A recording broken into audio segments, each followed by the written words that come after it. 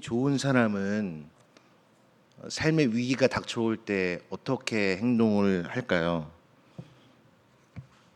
몸이 아플 때 믿음이 좋은 사람은 여러분 어떻게 하는 것이 맞는 방법이겠습니까? 병원에 가지 않고 기도만 하고 또 다른 분들에게 기도 요청을 하고 이것도 뭐 믿음의 하나의 표현일 수 있겠죠. 우리가 그것을 뭐 나쁘다, 잘못됐다라고 정죄할 수는 없는 것일 겁니다. 돈이 없습니다. 돈이 뭐 대출을 받거나 아니면 뭐 누구한테 뭐 부탁을 해서 빌려야 할 그런 상황에 처해 있습니다. 믿음이 좋은 사람이 그럴 때 여러분 어떻게 하겠습니까? 은행도 가지 않고 뭐 다른 사람한테 부탁하려고 또 하지 않고 그냥 하늘의 하나님께 기도만 하는 것, 그것을 믿음 좋은 방법이라고 우리는 이야기할 수 없을 것입니다. 믿음의 사람에게도 질병은 찾아올 수 있고 경제적인 어려움은 언제든지 찾아올 수도 있습니다. 믿음의 가정에도 자녀들의 일탈이 있을 수 있고 얼마든지 세상 사람들이 겪는 모든 일들이 우리의 삶에 찾아오길 원하지 않지만 그것은 우리의 힘과 여력으로 결정되는 것은 아니라는 것을 우리는 수많은 세월을 겪어오면서 또 삶을 살아오면서 깨닫게 됩니다.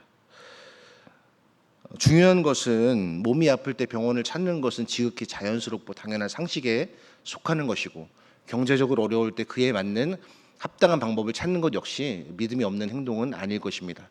그런데 정말 중요한 것은 무엇입니까? 병원이 하나님의 자리를 대신하고 물질이 하나님의 자리를 대신하고 어떤 수단이 목적이 될 때 그것은 우상 숭배와 다름없는 그러한 결말을 맞이하게 된다는 것을 우리는 기억해야 됩니다. 이미 이사야서 7장에서 보게 되면은 오늘 본문과 굉장히 비슷한 장면이 등장을 하게 됩니다. 그때 이제 아하스 왕이 임마누엘의 징조를 하나님께서 보여주시는데 그가 어떻게 반응합니까? 난 하나님을 시험하지 않겠습니다라고 이야기를 하죠. 그것은 좋은 표현이 아니라 그는 아수를 더 신뢰하겠다라는 표현을 하고 있는 것입니다. 오늘 본문을 크게 이제 두 부분으로 나누어서 생각을 해볼 텐데 첫 번째는 14절부터 22절까지 나오는 내용이고 이것은 오만한 자를 심판하시는 하나님의 지혜에 대해서 살펴보겠습니다. 여러분 이 본문이 등장하기 이전의 말씀 즉 28장 14절 이전에 28장 1절부터 13절까지의 말씀을 보시면은 북이스라엘의 그 지도자들의 오만함에 대해서 말씀을 하고 있습니다. 하나님께서 이스라엘을 통해서 경계를 더하고 교훈에 교훈을 더하라고 말씀하셨는데 그들은 어떻게 받아들였습니까? 그들은 우리를 애로 보고 있습니까? 우리가 지금 신앙생활하고 우리가 지금 이 많은 경험을 쌓았는데 여전히 우리를 애 취급하고 있습니까? 라고 하나님께 대들고 있죠. 그리고 그것을 조롱하고 있는 것을 보게 됩니다. 그런데 하나님께서는 이 조롱하는 자들 다시 부르셔서 이렇게 말씀하십니다. 14절 말씀입니다. 이러므로 예루살렘에서 이 백성을 다스리는 너희 오만한 자여 여호와의 말씀을 들을지어다.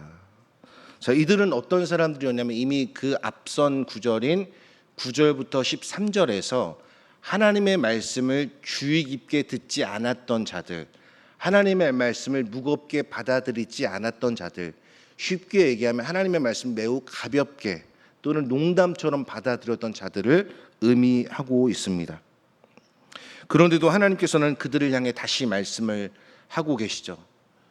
여기서 우리들은 하나님의 그 인내, 그 하나님의 끝없는 오래 참으심을 발견할 수 있게 됩니다. 사실 여러분 그렇습니다. 오늘 본문에 나오는 그 북왕국, 북이스라엘의 지도자들만 그런 것이 아니라 우리도 마찬가지 아니겠습니까? 여기서 있는 저도 말씀을 듣는 우리 모두가 다를 바가 무엇이 있겠습니까? 하나님이 끊임없이 우리에게 돌아와라, 나만 의지해라, 나만 믿어라 라고 말씀하시는데 우리는 계속 돌이켜서 아니에요 하나님, 저는 플랜 A도 갖고 있어야 하고 플랜 A가 틀어졌을 때 제가 믿을 수 있는 플랜 B도 가지고 있어야 됩니다. 즉 유비무환을 해야 됩니다 라고 그렇게 말하고 있는 지도자들과 우리의 모습은 사실 너무나 똑같다라고 볼 수 있습니다. 그런데도 이들을 향해서 하나님께서 뭐라고 말씀하십니까? 다시 나와서 말씀을 들으라라고 말씀을 하고 계시죠. 이것이 하나님의 마음이라는 것을 생각해 볼 때 이들은 어떻게 반응을 해야 될까요? 돌이켜야겠죠. 그런데 사람은요 참 어리석습니다, 여러분. 제가 저를 봐도요 지혜롭지가 않습니다. 한 번 좀 깨지고 한 번 좀 하나님한테 혼나면은 그 다음엔 여러분 어떻게 됩니까? 하나님 눈치도 좀 보고, 그렇죠? 그리고 좀 하나님 앞에 죄송한 그런 삶으로 우리들이 좀 삶의 개선도 좀 가져오고 그래야 되는데 지금 그렇지 않은 것을 보고 있습니다. 당시에 이사야 1장에서 나왔지만은 당시의 지도층들은 철저하게 부패하고 술 취하고 독주에 취해서 옆으로 비틀거리고 판단을 잘못하고 하나님의 환상을 잘못 해석하는 그러한 잘못들을 저질렀습니다. 그런데 오늘 14절은 특별히 정치 지도자들을 직접 겨냥해서 이렇게 말씀합니다. 너희 오만한 자여 여호와의 말씀을 들을지어다. 자, 이들이 오만한 자들의 한 행동이 무엇이냐면 사망과 언약하였고 수울과 맹약하였은즉. 이것은 정확히 본문에서 말하고 있지 않지만 아마 당시의 강대국이었던 애굽과 언약했던 그러한 내용을 다루고 있습니다. 그러니까 사망과 어떤 스올도 우리를 함부로 하지 못한다. 이들은 아주 자신하고 있었던 것이죠. 하나님의 말씀보다 주변의 강대국이었던 애굽을 더 의지하고 신뢰하고 붙잡고 있었던 모습이 바로 이 오만한 자들이 가지고 있었던 모습이라는 것을 말씀합니다. 15절에서 이들의 속마음은 여지없이 드러납니다. 거짓을 우리의 피난처로 삼았고 허위 아래에 우리를 숨겼음이로다. 뭔가 보면 굉장히 있어 보이지 않습니까? 거짓 아래에 우리를 숨기고 허위 아래에 우리의 몸을 피했다. 당시 아수르라는 거대한 제국의 이 침략 앞에서 유다 지도자들은 하나님이 아니라 애굽의 지도자들을 의지했습니다. 마치 죽음도 피해갈 수 있는 절대적인 안전장치가 애국과의 동맹인 것처럼 여겼습니다. 우리도 다르지 않죠. 우리가 추구하고 있는 것들, 그런 것들은 사실 다 눈에 보이고 손에 잡히고 귀에 들리는 것들이에요. 여러분 그렇지 않습니까? 내 통장에 돈이 얼마나 찍혀 있는지 내 눈으로 직접 확인을 해야 우리는 안전하다고 여겨지고, 또 어떤 건강검진을 했을 때 눈에 보이는 수치가 정확해야 우리는 내가 노년에 그래도 건강하게 살 수 있겠구나 라는 것을 느끼고, 뇌 귀에 들려지는 어떤 소식들이 명료하게 내가 이해를 해야 안전하구나, 여기는 투자하면 되겠구나, 이런 것들에 우리는 사로잡혀 살 때가 많이 있습니다. 여러분 노후를 준비하는 것 자체를 성경에서 금하고 있지 않습니다. 우리는 지혜로운 자들이 되어야 됩니다. 지혜로운 청지기로서 우리의 노후를 하나님께 맡기고 또 적절하게 하나님께서 우리에게 주신 방법을 따라 지혜롭게 준비를 해야 되는 것이죠. 근데 중요한 것은 무엇이냐면 그 수단이 목적을 대체할 때 그때 우리는 유다 지도자들이 범했던 잘못과 똑같은 잘못을 범할 수 있다는 것을 말씀합니다. 자, 이들은 이렇게 거짓과 허위 아래에 숨었지만 하나님은 뭐라고 말씀하십니까? 이렇게 말씀하십니다. 16절 말씀 우리 같이 한번 읽어볼까요? 그러므로 주 여호와께서 이같이 이르시되 보라 내가 한 돌을 시온에 두어 기초를 삼아노니 곧 시험한 돌이요 귀하고 견고한 기초돌이라 그것을 믿는 이는 다급하게 되지 아니하리로다 라고 말씀을 하고 있습니다. 사람들은 우리가 거짓 아래에 숨었고 우리가 애굽과 죄악을 맺었다라고 이야기를 하지만 하나님은 뭐라고 말씀하시면 보라 내가 라고 말씀하십니다. 보라 내가 두었다 라고 말씀하십니다. 사람이 쌓은 피난처는 결국 무너지고 마는 것입니다. 그러나 하나님이 두신 기초는 시험을 통과해서 검증된 견고한 기초돌입니다. 그리고 그 돌을 믿는 자는 다급하게 되지 않는다라고 말씀합니다. 이 말은 문제가 사라진다는 의미가 아니죠. 위기 앞에서 안전장치를 찾아서 정신없이 뛰어다니지 않아도 된다라는 그러한 의미가 바로 이 말씀의 의미입니다. 여러분 마태복음에서 예수님께서는 우리 모두가 다 집을 짓는 자라고 말씀하고 있습니다. 모래 위에 집을 짓느냐 아니면 반석 위에 집을 짓느냐. 모래 위에 집을 짓는 것은 여러분 어렸을 때 소꿉장난 해보셨잖아요. 비가 막 내릴 때, 저 비 맞는 거 좋아하는 거 여러분 아시죠? 비 맞으면서 이렇게 소꿉장난 하면은 이렇게 막 두꺼봐 두꺼봐 헌집 줄게 새집 다 하면 금방 집 짓잖아요. 그렇죠? 여기 손을 이렇게 놓고 모래를 이렇게 해갖고 살짝 빼면은 집이 만들어지잖아요. 모래 위에 지은 집이 그런 거죠.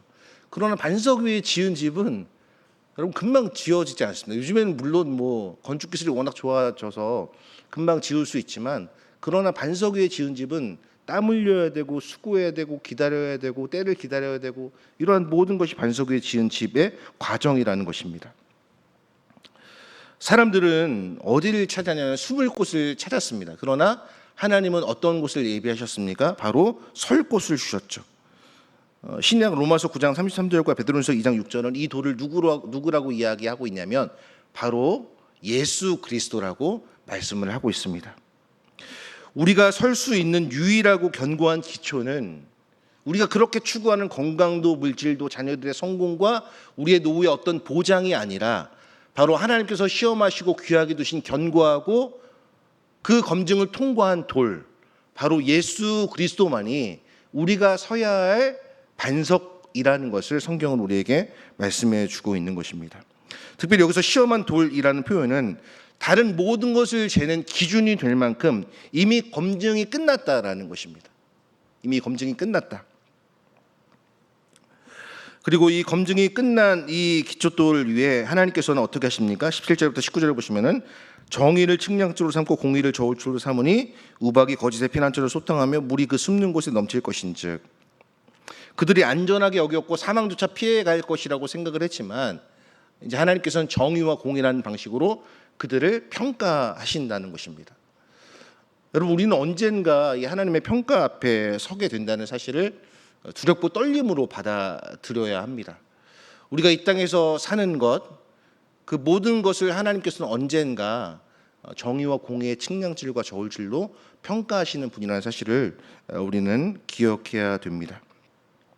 측량줄과 저울줄은 건축 도구죠. 벽을 곧게 쌓기 위해 쓰는 도구를 측량줄과 저울줄로 말씀을 하고 있습니다. 그런데 사람들이 쌓은 거짓 피난처와 사망도 이겨갈 수 있다고 하는 그 모든 것들은 어떻게 합니까? 이 측량 앞에서 삐뚤어진 구조물로 드러나서 거기에 이제 우박과 물이 들어가서 그 앞에서 처참하게 완벽하게 무너진다라는 것을 말씀하고 있습니다. 그 결과는 무엇입니까? 18절 19절 말씀이죠. 너희가 사망과 더불어 세운 언약에 피하며 소울과 더불어 매이하게 서지 못하며 넘치는 재앙이 밀려올 때 너희가 그곳에게 밟힘을 당하리라. 너희가 그렇게 믿고 의지했던 것들에 의해서 너희가 역으로 밟힘을 당한다라고 말씀을 하고 있고, 19절에 그곳이 지나갈 때마다 너희를 잡을 것이니 아침마다 지나가며 주야로 지나가리니 소식을 깨닫는 것이 오직 두려움이라. 그러니까 매 순간 느끼는 것은 무엇입니까? 평안이 아니라, 안전이 아니라 두려움, 공포라는 것을 말씀해 주고 있는 것입니다. 그래서 오죽했으면 20절에 이런 이미지로 표현하고 있지 않습니까? 침상이 짧아서 능히 몸을 펴지 못하며 이불이 좁아서 능히 몸을 싸지 못함 같으리라. 딱 누웠는데 발이 끝까지 뻗을 수 없는 거예요. 추워서 이불을 덮으려고 하는데 이불이 내 몸 반조차 감싸지 못하는 거죠. 그런 결과를 맞이하게 된다는 것이 바로 하나님께서 말씀하신 내용이라는 것입니다. 자, 그런데 여기서 우리가 잊지 말아야 될 것은 무엇이냐면 21절 말씀인데요. 제가 읽겠습니다. 대저 여호와께서 불하심 산에서와 같이 일어나시며 기브온 골짜기에서 같이 진노하사 자기의 일을 행하시리니 그의 일이 비상할 것이며 자기의 사역을 이루시니 그의 사역이 기이할 것임이라 라고 말씀합니다. 여러분, 하나님께서 이렇게 심판을 하시는데 이 심판이 점점 더 강화가 됩니다. 불하심 산은 어떤 곳입니까? 사무엘하 5장 20절에 나오는데 바로 하나님께서 다윗을 도우셔서 블레셋을 물리치신 곳이고 기브온 골짜기도 마찬가지입니다. 그런데 하나님께서 자기 백성을 위해 싸우신 그곳에서 하나님께서 진노하신다는 것이죠. 그 진노하셔서 그 진노를 이제 하나님의 백성들을 위협하는 그 적들을 향해 진노하시는 것이 아니라 이제 하나님의 대적이 된 유다 사람들을 향해서 하나님께서 진노하신다고 말씀하고 계십니다. 그래서 그것을 무엇이라고 표현하냐면 그의 일이 이상하다, 놀랍다, 그리고 자기의 사역을 이루시니 그의 사역이 기이할 것임이라고 말씀하고 있는 것이죠. 이스라엘의 원수와 싸우시던 그 전능하신 만군의 하나님 여호와께서 이제는 누구와 싸우시냐면 자기의 말씀을 듣지 아니하고 애국과의 조약을 믿고 거짓과 허위 아래에 숨었던 그 사람들과 싸우겠다라고 하나님께서는 이미 말씀해 주고 계신 것입니다. 그러면서 이 죄가 얼마나 심각한지를 22절에서 말씀해 주고 계신데, 그러므로 너희는 오만한 자가 되지 말라. 너희 결박이 단단해질까 하노라. 대저 온 땅을 멸망시키기로 작정하신 것을 내가 만군의 주 여호와께로부터 들었느니라 라고 이사야가 말을 하고 있는 것이죠. 여러분, 오만한 자가 되어서는 안 됩니다. 그럼 어떨 때 오만한 자가 될까요? 하나님의 말씀을 무시하면 여러분 오만한 자가 되는 겁니다. 그냥 내가 행한 것인 줄 알고, 내가 다인 건 줄 알고, 내가 다 이룬 것인 줄 착각하는 것, 그것이 하나님 말씀을 듣지 않았을 때의 결과라는 것을 말씀해 주고 있는 것입니다. 특별히 이들이 계속해서 말씀을 듣지 않을 때 이들에게는 결박이 단단해집니다. 그러니까 이미 결박된 거죠. 결박을 됐는데 이들이 순종하지 않으면 않을수록 그 결박이 더 단단해서 더 비참한 최후를 맞이하게 될 것이라는 것을 말씀해 주고 있습니다. 자, 그리고 이제 두 번째인데 바로 23절부터 29절까지의 말씀인데, 이 광대하신 여호와의 놀라운 지혜에 대해서 농부의 파종을 통해서 말씀하고 계십니다. 23절 말씀입니다. 너희는 귀를 기울여 내 목소리를 들으라. 자세히 내 말을 들으라. 다시 초청하시죠. 들으라. 너희는 귀를 기울여 들으라. 내 목소리를 들으라. 자세히 내 말을 들으라. 두 번이나 들으라는 말씀이 나오죠. 귀를 기울이라는 말씀이 나옵니다. 여러분, 농사를 짓고 계신 분이 계실지 모르겠는데, 저는 뭐 농사를 지어보지 않아서 농부가 갖고 있는 지혜를 솔직히 저는 잘 모르겠습니다. 지어보지 않았기 때문에. 근데 이렇게 농사를 지으면 그 농사가 얼마나 그 농작물을 얻기 위해서 때에 맞게 파종해야 되는지를 그 농부가 알고 있다는 것을 말씀해 주고 있는 것이죠. 그리고 그 알고 있는 것을 주신 하나님이 누구시냐, 주인분이 누구시냐, 그분이 바로 여호와 하나님이시라는 것을 지금 말씀해 주고 있는 것입니다. 여러분, 한번 머릿속에 그려보십시오. 이른 아침 그는 땡볕을 정면에 두고 밭에 나가 쟁기를 잡고 흙을 막 뒤집습니다. 이 4절 보시면, 파종하려고 가는 자가 어찌 쉬지 않고 갈기만 하겠느냐, 자기 땅을 기간하며 고르게만 하겠느냐. 그는 하루 종일 갈지만 않고 흙이 이제 좀 고르게 되면은 어떻게 합니까? 이제 쟁기를 내려놓고 갈아야 할 때가 있고 씨를 뿌려야 할 때가 있기 때문에 쟁기를 내려놓습니다. 밭갈이 자체가 목적이 아니라 열매를 맺기 위한 과정이기 때문에 그런 것입니다. 자, 그리고 손을 쫙 펴서 이제 작은, 소외양은 것은 작은 씨앗 같은 것을 말하는 것인데, 자, 작은 씨앗을 뿌리며 큰 씨앗을 뿌리며 소맥을 줄줄이 심으며 대맥을 정한 곳에 심으며 귀리를 그가에 심지 아니하겠느냐. 자, 작은 향신료 씨앗은 손으로 가볍게 뿌리는데 밀은 어떻게 하냐면 한 알 한 알씩 줄을 맞춰서 심습니다. 그리고 보리는 정해진 자리에, 나머지 공부는 밭의 경계에 심게 됩니다. 다른 사람이 제3자의 입장에서 보면은 그냥 뭐 그까짓 거 그냥 대충 하는 것 같은데 이렇게 보일지 모르지만, 농부는 아주 세심하게 그리고 정해진 방법과 규칙에 따라서 뿌려야 할 곳에 그것을 뿌린다라고 말씀을 하고 있습니다. 자, 이것은 그 씨앗의 성질에 맞는 방식이기 때문에 그렇게 뿌린다는 것이죠. 아무렇게나 심지 않고 각각에 맞는 자리와 방법으로 이 농부가 하나님께 받은 지혜를 가지고 파종한다는 것을 말씀하고 있습니다. 자, 그런데 이것을 누가 알려주셨냐면 26절 말씀입니다. 우리 26절 말씀 같이 한번 읽어보겠습니다. 이는 그의 하나님이 그에게 적당한 방법을 보이사 가르치셨음이며. 이는 그의 하나님이 그에게 적당한 방법을 보이사 가르치셨음이며. 여러분, 우리에게도 이러한 은혜가 필요하지 않겠습니까? 우리 인생을 어떻게 살아가야 할지 모를 때, 우리의 자녀들을 어떻게 믿음으로 양육해야 할지 모를 때, 내 노후를 바라볼 때 막막함이 밀려올 때 우리는 하나님 앞에 간구할 수 있어야 합니다. 하나님, 내 인생은 하나님 어떻게 살아야 하나님께 영광을 돌리는 삶을 살 수 있겠습니까? 내가 어떻게 하면 나의 삶을 주님과 함께 할 수 있겠습니까? 하나님, 저에게 힘을 주십시오. 하나님, 저에게 지혜를 주십시오. 여러분, 저는 인생을 살아가면서 이쯤 되면은 인생이 좀 쉬울 줄 알았습니다. 근데 뭐 저보다 연배가 높은 분들이 많이 계시니까 좀 외람되지만, 인생은 살면 살수록 더 어려운 것 같아요. 그러니까 제가 이제 별명이 두 번째 사춘기거든요. 그러니까 40대를 지나고 있잖아요. 그러니까 20대 이전에 사춘기를 안 겪었어요. 제가 진짜 순하게 컸습니다. 여러분. 여드름 한 번 나지 않았습니다. 그 청춘의 심볼이라고 불리는 그 두 번째 사춘기 때 사춘기를 겪는 건지도 모르겠어요. 이제 60이 되면 이제 세 번째 사춘기가 될 텐데 그 느끼는 게 뭐냐면 너무 어려운 거예요. 그러니까 여러분들이 저를 보실 때는 참 편하게 자랐고 귀하게 자랐고 귀공자처럼 자랐고 그렇게 생각하실 수밖에 없는 외모이긴 하지만 그럼 여러분 저의 마음에도 얼마나 많은 그 깊은 수심과 고통과 미래에 대한 수많은 염려와 내 자녀를 정말 내가 성경에 나오는 인물인 그런 아브라함처럼 요셉처럼 다윗처럼 에스더처럼 한나처럼 그렇게 키울 수 있을 것인가 이런 고민을 엄청나게 많이 합니다. 여러분.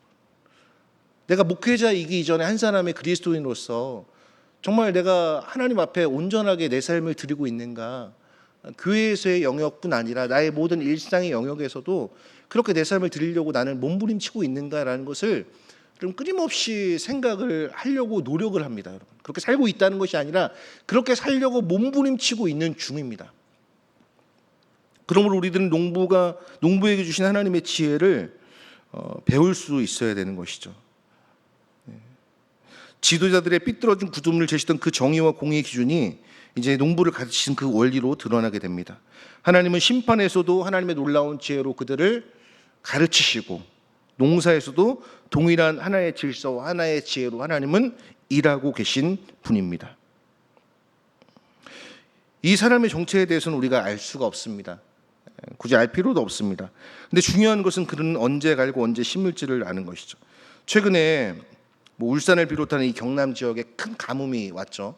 비가 내리지 않아서 지금 또 어느 지역에서는 비가 너무 많이 와서 고통과 참 힘든 가운데 있는데 여러분 그 농부가 아무리 파종을 잘해도요 비가 적절하게 내리지 않으면 다 무의미한 것 아니겠습니까?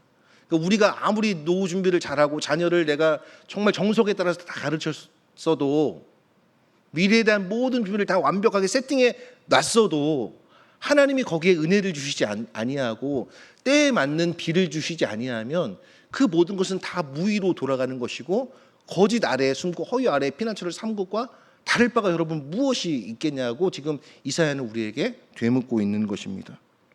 이 평범한 농부조차 밭에서 하나님께 배우고 있습니다. 자, 이제는 계절이 지나가서 타작마당에 이르게 됩니다. 27절을 보시면은 아까 이제 말씀을 드렸죠. 그리고 이제 28절에 곡식은 부수는가 아니라 늘 떨기만 하지 아니하고 그것에 수레바퀴를 굴리고 그것을 말굽으로 밟게 할지라도 부수지는 아니하나니라고 말씀을 하고 있습니다. 목적이 이루어지면 끝나는 것이죠. 이것이 바로 21절에서 말씀하고 있는 이 기이한 일, 비상한 사역에 대한 하나님의 말씀입니다. 여러분, 하나님의 심판과 하나님의 고난은 목적 없는 것이 없습니다. 하나님의 심판은 멸망시키기 위한 심판이 아니라 재건을 위한 심판이고 하나님의 고난은 우리를 멸망시키려는 것이 아니라 우리를 그 고난 가운데서 더욱 단단하고 견고하게 만드시기 위한 하나님의 놀라우신 지혜라는 것을 지금 이사야서는 말씀해 주고 있는 것입니다. 여러분, 믿음이란 무엇일까요? 우리가 믿음에 대한 정의를 수없이 많이 내립니다. 믿음은 하나님을 신뢰하는 것이다부터 수없이 많은 정의를 내립니다. 그러나 저는 이런 생각을 해봅니다. 믿음은 내 인생의 전체를 하나님의 처분에 맡기는 거예요. 하나님이 내 인생에 어떠한 일을 행하시는지 하나님 당신이 나에게 나의 인생에 나의 가정에 나의 자녀들의 나의 범사에 행하신 하나님의 일이 옳습니다 라고 고백하는 것이 진짜 하나님을 범사에 인정하는 고백이 아닐까 생각을 해보게 됩니다. 그러면서 오늘 29절에서 결론으로 이렇게 말씀하고 있습니다. 이도 만군의 여호와께로부터 난 것이라 그의 경영은 기묘하며 지혜는 광대하니라 라고 말씀합니다. 여기서 기묘하며라는 단어, 신기하고 놀랍다라는 단어인데 이것은 이미 이사야 9장에서 기묘자라 모사라 라고 말씀할 때 그 단어와 똑같은 뿌리를 갖고 있습니다. 심판 속에서도 하나님의 지혜를 보여주셨고 농부의 밭에서도 드러난 이 기묘하고 놀라운 지혜가 바로 크신 여호와께로부터 나온 것이고, 이 지혜가 어디서 완성이 된 것입니까? 바로 이 땅에 오신 그리스도 안에서 온전히 드러나게 된 것입니다. 그래서 골로새서에서 바울은 이렇게 이야기를 하죠. 바울은 골로새서에서 십자가를 하나님의 지혜, 그리스도를 하나님의 지혜, 하나님의 능력이라고 말씀을 하고 있습니다. 그리고 골로새서 2장 3절을 보면은 지혜와 지식의 모든 보화가 그 안에, 예수 그리스도 안에 감추어졌다라고 말씀하고 있습니다. 그리고 로마서 11장 36절에서는 깊도다 하나님의 지혜와 하나님의 지식의 부요함이요 그의 판단은 측량치 못할 것이며 그의 길은 찾지 못할 것이로다 라고 말씀을 하고 있습니다. 말씀을 정리하겠습니다. 사랑하는 성도 여러분, 믿음을 가지고 산다는 것은 굉장히 어려운 것입니다. 말씀을 따라 산다는 것은 굉장히 어려운 것입니다.